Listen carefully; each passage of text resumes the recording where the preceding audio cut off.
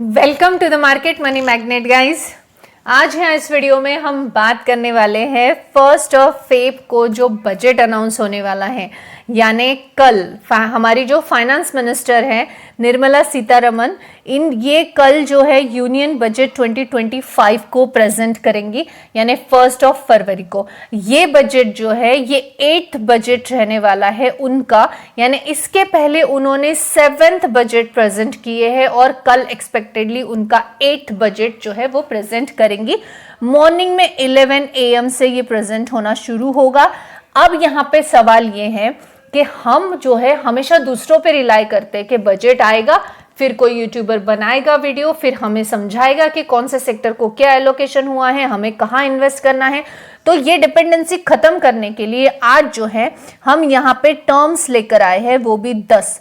ये 10 टर्म्स जो है ये पूरे बजट के टर्म्स है, यानी ये 10 टर्म्स को आप समझ जाएंगे तो बजट का आप उतना हिस्सा तो डेफिनेटली समझ पाएंगे कि जितने हिस्से में आपको स्टॉक मार्केट में कौन से सेक्टर्स ग्रो करने वाले हैं, कहाँ कितना कैपेक्स हो जा रहा है, तो कौन से स्टॉक्स पे उसका इम्पैक्ट होगा, उस तरीके से हम अपने पोर्टफोलियो को रीअरेंज भी कर सकते हैं। अभी देखिए कैपेक्स का मतलब आप में से बहुत से लोगों को पता नहीं होगा, ऐसे में फिर वो कंफ्यूज रहते हैं। तो ये 10 टर्म्स की स्टडी आप डेफिनेटली कीजिएगा ताकि आपको भी पता चले कि कल जब बजट अनाउंस होगा तो हम कौन से सेक्टर में बचे, या हमारे पोर्टफोलियो के कौन से स्टॉक्स खतरे में हैं, या कौन से स्टॉक्स ग्रो करने वाले हैं जिनको हम होल्ड कर सकते हैं। तो चलिए हम देखते हैं आज 10 टर्म्स, और 10 टर्म्स में से सबसे पहला और सबसे मोस्ट इंपॉर्टेंट टर्म्स जो कि बहुत लोगों को पता नहीं होता कि बजट एग्जैक्टली होता क्या है। बजट यानी क्या, सुना तो बहुत है। तो बजट यानी फाइनेंशियल स्टेटमेंट है जो कि गवर्नमेंट का एस्टिमेटेड रेवेन्यू एंड एक्सपेंडिचर का स्पेसिफिक फाइनेंशियल ईयर का डिटेल देता है। वो स्टेटमेंट में पूरा डिटेल होता है। अब फाइनेंशियल ईयर यानी क्या, तो 1 अप्रैल सपोज टू बी 2025 से लेके 31 मार्च 2026 ये होगा हमारा फाइनेंशियल ईयर। और इस एक साल में गवर्नमेंट ने कितना रेवेन्यू जनरेट किया है और कितने एक्सपेंडिचर्स किए हैं उसका स्पेसिफिक पूरा स्टेटमेंट यानी होता है बजट। ठीक है, जो हो गया वो नहीं, जो होगा, जो वो करने वाले हैं।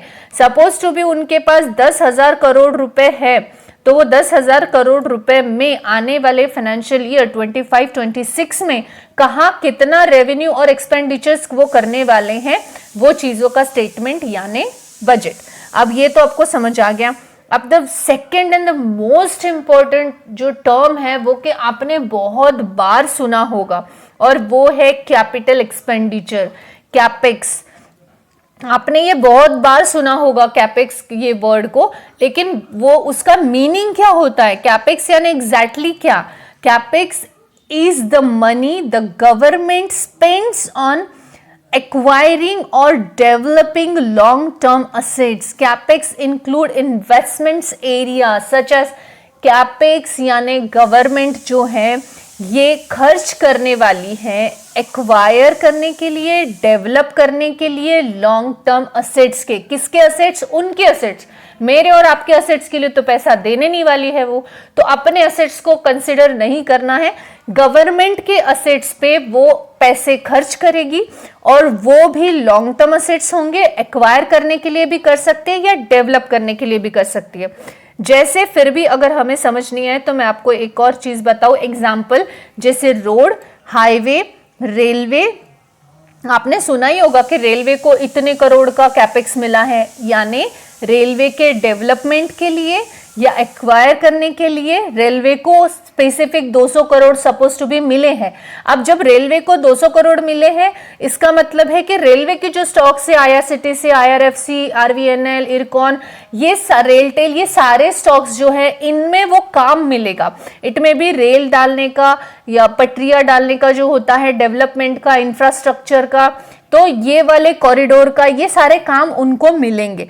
तो इस वजह से उस टाइम पे जब रेलवे को इतना कैपेक्स अलॉट हुआ, इतने करोड़ का, मतलब हमें रेलवे के स्टॉक्स जो पोर्टफोलियो में है उनको बनाए रखना है। वो आगे और भी ग्रो कर सकते हैं, जिनको इन्वेस्ट करना है वो रेलवे के स्टॉक्स में इन्वेस्ट कर सकते हैं after this announcement of in budget, okay. वैसे ही road, highway, renewable energy projects या health care, education infrastructure, defence, urban development.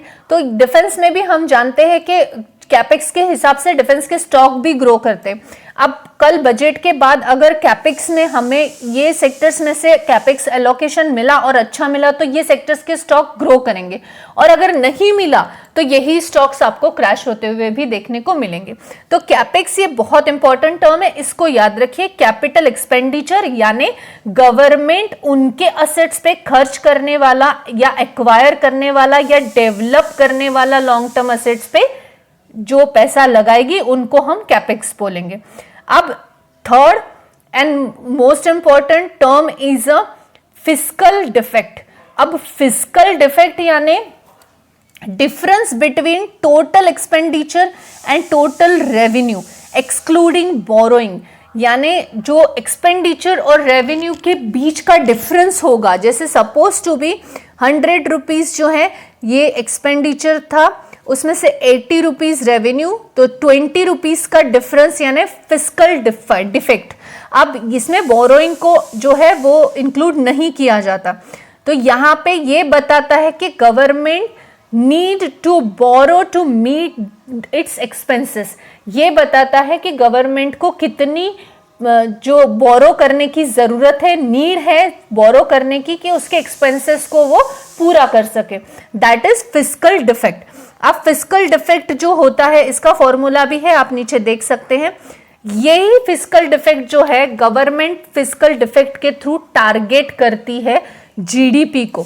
जैसे 4.9% ऑफ जीडीपी था फाइनेंशियल ईयर 2024-25 में, इसको फिस्कल ईयर बोला जाएगा। अब यहाँ पे एक टर्म और आ गया जीडीपी। अब जीडीपी है क्या, सुना तो बहुत है लेकिन बहुत बार पता नहीं होता लोगों को। तो जीडीपी का जो नेक्स्ट हमारा पॉइंट है फोर्थ, यही है जीडीपी यानी ग्रॉस डोमेस्टिक प्रोडक्ट। अब ग्रॉस डोमेस्टिक प्रोडक्ट यानी टोटल मैंडेटरी और market value of all the finished good and services produced within a country border in a specific time period। जो country में product बनेंगे, services हो रही है, वो विद इन अ कंट्री यानी कंट्री के अंदर, बाहर से एक्सपोर्ट या इंपोर्ट किए हुए गुड्स नहीं आएंगे इसमें, उनको ग्रॉस डोमेस्टिक प्रोडक्ट बोलेंगे, ग्रॉस डोमेस्टिक प्रोडक्ट। अब ये जो है इकोनॉमिक हेल्थ को रिप्रेजेंट करता है कंट्री के, कि कितने ग्रॉस डोमेस्टिक प्रोडक्ट कंट्री में बनते हैं, बिकते हैं, और उससे जीडीपी का ग्रोथ हमारा कितना है। ये सिर्फ विद इन अ कंट्री की बात हो रही है, इंपोर्ट एक्सपोर्ट इसमें इंक्लूड नहीं होता। अब अगर इसको ग्रॉस जीडीपी को मेजर करना है तो उसका भी फॉर्मूला है, आप यहाँ पे देख सकते हैं, C + I + G plus bracket में X - M, यानी कंज्यूमशन कितना है। C means stand for consumption, I stand for investment, G stand for government spending, X stand for export और M stand for import। अब इसके फॉर्मूले के साथ जीडीपी कैलकुलेट किया जा सकता है और फिस्कल ईयर का, ठीक है। अब फिस्कल ईयर तो समझ में आ गया, लेकिन हमारा जो फिफ्थ टर्म है ये भी इंपॉर्टेंट है और वो है फिस्कल पॉलिसी। ये याद रखिएगा, ये दोनों ही टर्म्स आपको बजट में सुनने को मिलेंगे। फिस्कल पॉलिसी यानी it is the use of government spending, taxation and borrowing to influence countries economy. यानी गवर्नमेंट, ये जो है इसका यूज जो है पॉलिसी का, गवर्नमेंट स्पेंड कितना करती है, स्पेंडिंग, टैक्सेशन और बोरोइंग, इसको कंट्री को इन्फ्लुएंस करने के हिसाब से वो वाला सारी कैलकुलेशन फिस्कल पॉलिसी में आती है। It is the key tool used by the government to achieve economic objects like growth, stability and employment। अब जब हम एम्प्लॉयमेंट की बात करते हैं, ग्रोथ की बात करते हैं या स्टेबिलिटी की बात करते हैं, तो वो हम फिस्कल पॉलिसी के अंडर बात करते हैं। जब बजट में अनाउंस होगा तो ऐसा नहीं होगा एम्प्लॉयमेंट को हमने इतना इतना किया, या हम ग्रोथ के लिए इतना इतना सोच रहे हैं, या हमारा इतना इतना ग्रोथ अचीव किया, स्टेबिलिटी, वो बोलेंगे under the fiscal policy we announce so and so things. तो आपको ये चीज को याद रखना है। अब इसके बाद एक मोस्ट इंपॉर्टेंट टर्म जो है सी भी आ गई है। अब सी क्या है, ये चीज तो किसी को सबके लिए ही नहीं होगी। ये है एडिशनल टैक्स। अब ये एडिशनल टैक्स इम्पोज किया है on the existing taxes fund specific in जो initiatives like education and health care. अब यहाँ पे यानी हेल्थ केयर और एजुकेशन पे हमको टैक्स देना पड़ेगा एडिशनल, वो भी ऑलरेडी हम टैक्स दे रहे हैं, उसके ऊपर एडिशनल टैक्स क्या है? तो this is the levied at the rate of 4% and surcharges is like total income not exceed from 50 lakhs। ये उनको देना पड़ेगा जिनका 50 लाख से ज्यादा का इनकम है, ठीक है। Exide on ₹50 lakhs total income की बात हो रही है। अब यहाँ पे जो है हम एग्जाम्पल के साथ समझेंगे कि अगर आपको 10,000 और 80 रुपए का सर चार्जेस टैक्स लग रहा है, सीसी का, CESS अमाउंट जो है लग रहा है, then the surcharges will not be applicable as the net taxable income does not exceed 50 lakh. The financial tax final tax amount payable by the individual is as per tax slab. यानी आपको जो है उतना tax देना है जो tax slab के आपके एज पर टैक्स स्लैब होगा, जैसे आप सर्विस के हिसाब से हो या कॉर्पोरेट में हो, जो भी आपका है टैक्स स्लैब के हिसाब से, अगर आप 50 लाख से ज्यादा का इनकम नहीं कमा रहे हो। अब ये सीसी टैक्स जो है एजुकेशनल फीस पे भी लगेगा, स्वच्छ भारत सीसी और कृषि कल्याण और रोड एंड इंफ्रास्ट्रक्चर, ठीक है। Exide not exceed 50 lakh, 50 lakh से ज्यादा नहीं होना चाहिए आपका इनकम, तब आपको ये टैक्स जो है ये एप्लीकेबल होगा। अब ये भी कल डिटेल समझ में आएगा, क्योंकि कल हम जो है बहुत ज्यादा डेस्परेटली वेट कर रहे हैं। अब जो 7th पॉइंट है वो है direct taxes. Direct taxes means only collected directly from the individuals such as entity such as income tax और अ कॉर्पोरेट टैक्स। ये तो आपको पता ही, डायरेक्ट टैक्स जो है इम्पोज होता है पर्सन पे, प्रॉपर्टी पे, district from a tax impose upon a transactions के हिसाब से। डायरेक्ट टैक्स यानी आप जो है पर्सन्स पे भी लगता है, एंटाइटीज पे भी लगता है, इनकम टैक्स जो हम बोलते हैं, कॉर्पोरेट टैक्स भी। अब इनडायरेक्ट टैक्सेस क्या है? इनडायरेक्ट टैक्सेस जो है ये वो टैक्सेस है जो हम गुड्स और सर्विसेज पर देते हैं रादर देन इनकम। इनकम पे तो हम अलग से टैक्स दे ही रहे हैं, उसमें कोई डाउट ही नहीं है, लेकिन हम उसके अलावा इनडायरेक्ट टैक्सेस भी दे रहे हैं, जैसे कि GST या वैट, कस्टम ड्यूटी, इस तरह के टैक्सेस हम जो देते हैं इनको बोला जाता है। ये स्पेसिफिकली प्राइस ऑफ गुड्स और सर्विसेज पे पे किए जाता है। तो GST हम जानते हैं, हम इंडिया में रहते हैं भाई, इंडिया में तो हमें इनकम टैक्स भी देना है, कॉर्पोरेट में है तो हम उस हिसाब से टैक्स स्लैब भी देंगे, और कोई चीजें खरीदेंगे, इन्वेस्टमेंट करेंगे तो उस पे भी देंगे। तो यहाँ पे ये इनडायरेक्ट टैक्स यानी GST, वैट या कोई कस्टम ड्यूटी हम दे रहे हैं, वो वाले टैक्सेस है। अब मोस्ट इंपॉर्टेंट एक और टर्म याद रखिएगा जिससे हमें गवर्नमेंट स्टॉक्स कैसे फ्लो करने वाले हैं बजट के बाद वो समझ आता है, और वो होता है डिसइन्वेस्टमेंट।